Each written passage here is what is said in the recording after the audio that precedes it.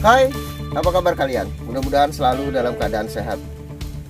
Banyak yang bertanya kepada saya, kurang lebih pertanyaannya seperti ini. Paman, saya sudah melihat hampir semua video tutorial yang Paman buat. Namun kok tanaman saya tidak juga kunjung menghasilkan buah yang paling tidak sama lah, ataupun mendekati buah yang Paman produksi. Nah, sebenarnya, ini saya mau kasih lihat dulu buah yang diproduksi oleh Pondok Paman Petani itu seperti ini, dengan tingkat kematangan untuk dikonsumsi, bukan untuk rujak ya. Lalu ada juga nih, ini yang ukuran besar. Jadi rata-rata ukuran buahnya itu kurang lebih sekitar 4 hingga 7 on. Nah, namun rata-rata ya sekitar 4 atau 5 on saja. Karena populasi buahnya memang saya buat untuk seukuran bobot tersebut. Untuk kalian agar bisa paling tidak mendekati buah-buah yang seperti halnya yang saya produksi, saya akan memberikan beberapa tips ya, untuk agar kalian bisa mewujudkan satu tanaman yang menghasilkan buah yang baik.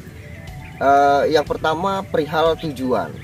Nah, sebenarnya tujuan, sekali lagi saya jelaskan kepada kalian bahwa tujuan dari menanam itu bukan panen.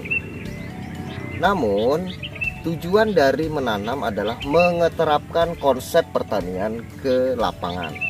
Jadi jika orientasinya saya akan panen sekian ton, akan menghasilkan buah sekian banyak dengan duit sekian, maka kemungkinan besar akan gagal.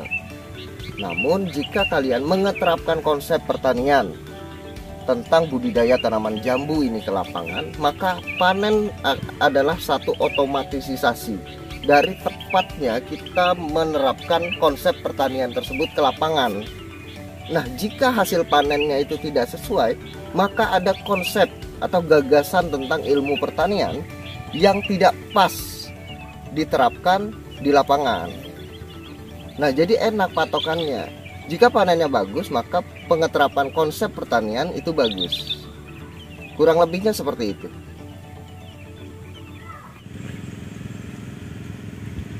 Sekali lagi saya tekankan di sini bahwa tujuan dari menanam itu bukan panen, melainkan tujuan dari menanam adalah mengeterapkan gagasan atau mengeterapkan konsep atau mengeterapkan ilmu pertanian tentang budidaya tanaman jambu ini di lapangan.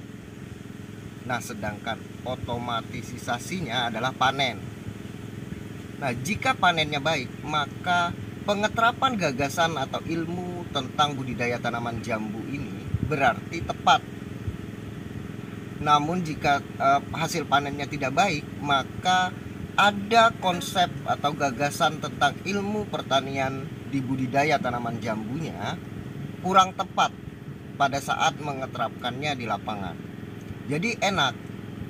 Nah, saya juga sudah merekomendasikan kalian untuk kalian belajar kepada petani hortikultura yang ada di sekitaran tempat tinggal kalian, atau petani pepaya.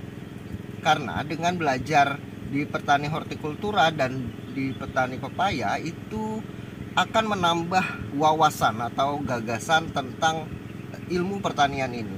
Karena antara hortikultura dan pepaya terus dengan jambu ini ada kemiripan cara memperlakukan tanaman tersebut. Dan dari cara pembesaran buahnya, kemudian penanggulangan hamanya hingga penanggulangan hamanya itu ada kemiripan. Nah, jika kalian sudah kaya akan gagasan tentang ilmu berbudidaya tanaman, maka saat di lapangan kalian sudah bisa, jika melihat dari ciri-ciri tanaman tersebut, kalian bisa memperkirakan apa ini yang harus kalian lakukan. Jadi kalian tidak stres jika mendapati buah yang dihasilkan oleh kebun kalian itu tidak baik. Jadi begitulah. Lalu yang kedua, penyebab gagalnya dalam berbudidaya tanaman, khususnya tanaman jambu ini. Namun sebelumnya saya akan disclaimer terlebih dahulu bahwasanya apa yang saya bahas ini berkaitan tentang budidaya tanaman skala kebun, bukan skala hobi. Lalu apa sih penyebab kegagalan dalam berbudidaya tanaman yang kedua? Ini berkaitan dengan pilihan. Tuhan menciptakan satu hati di dalam satu rongga dada. Begitu juga tentang pilihan. Kita tidak mungkin mengambil dua pilihan dalam waktu yang sama, dalam satu waktu yang sama.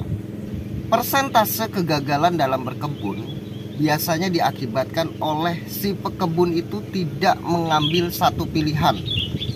Biasanya dia bekerja di salah satu perusahaan, di salah satu instansi, atau bahkan menjadi ASN. Namun dia juga ingin berkebun.